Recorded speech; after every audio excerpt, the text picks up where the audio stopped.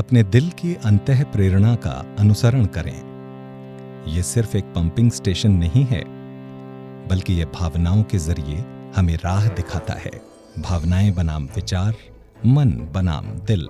एक तरफ मानसिक सजगता, दूसरी ओर भावनाओं के साथ सजगता। तार्किक रूप से हम सभी सक्षम होते हैं, हृदय से भी हम सभी सक्षम हैं। इसीलिए जब चीजें स्वाभाविक रूप से होती हैं तो हृदय कोई संकेत नहीं देता, लेकिन जिस पल कुछ गलत होता है तो हृदय जोरों से बोलता है। ये इतना ही सरल है। याद करें, जब आपको अपने पिता की जेब से 5 रुपए चाहिए थे, आपको 5 रुपए चाहिए थे और उन्होंने नहीं दिए, और तब आपने हिमाकत करके उनकी जेब से पैसे निकाल लिए। आपका हृदय भारी हो गया था।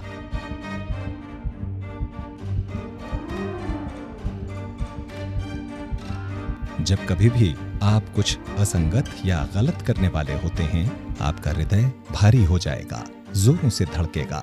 इसकी एक बड़ी मनोवैज्ञानिक प्रतिक्रिया होती है। आप एक तरह का डर भी विकसित कर लेते हैं।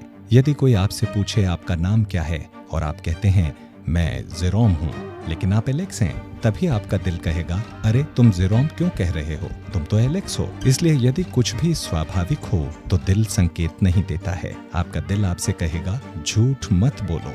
आपके भीतर एक हल्की सी आवाज आपको महसूस कराएगी, ऐसा मत करो। जब डर हो तो ऐसा मत करो। डर एक और संकेत है कि आप गलत राह पर हैं। यदि फिर भी आप उसी दिशा में चलना जारी रखेंगे, डर के साथ चलते हुए कुछ गलत कर देंगे, वो अपने आप में और डर पैदा कर देगा। इसलिए हमें अपने दिल की हालत को देखना और परखना होगा। क्या ये तेजी से धड़क रहा है, भारी है? क्या ये मुझे याद दिलाता रहता है कि इस बात पर फिर से विचार करो? और इसी को मैं चेतना का अवरुद्ध होना कहता हूँ, जहाँ मन के तर्क को आपके दिल की भावनाएं अवरुद्ध कर देती हैं। मुझे लगता है कि ये अवरुद्ध होना ही दोनों के मिलने और एक हो जाने की आदर्श अवस्था होती है। वो जो मैं सोच रहा हूँ और जो महसूस कर रहा हूँ, वे दोनों एक बात हैं। हम दिल की जितनी ज्यादा सुनते हैं, उसकी आवाज उतनी ही स्पष्ट होती जाएगी। बाद में शायद दिल सही और गलत का संकेत न दे, क्योंकि आप वैसे बन गए हैं।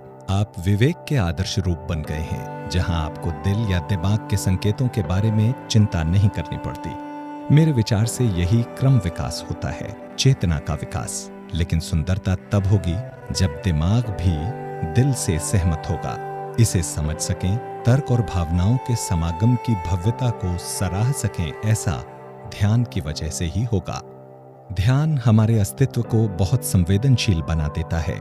हमारी चेतना को इतना संवेदनशील बना देता है कि ये हमारी सोच को परिष्कृत करता है, ये हमारी बुद्धि को परिष्कृत करता है, ये मेरे अस्तित्व को निखारता है, और ये इस प्रक्रिया में मुझे बहुत ही समझदार बना देता है। हम इसका उपयोग कर रहे हैं ताकि हम एक उच्चतर स्तर पर पहुंच सकें।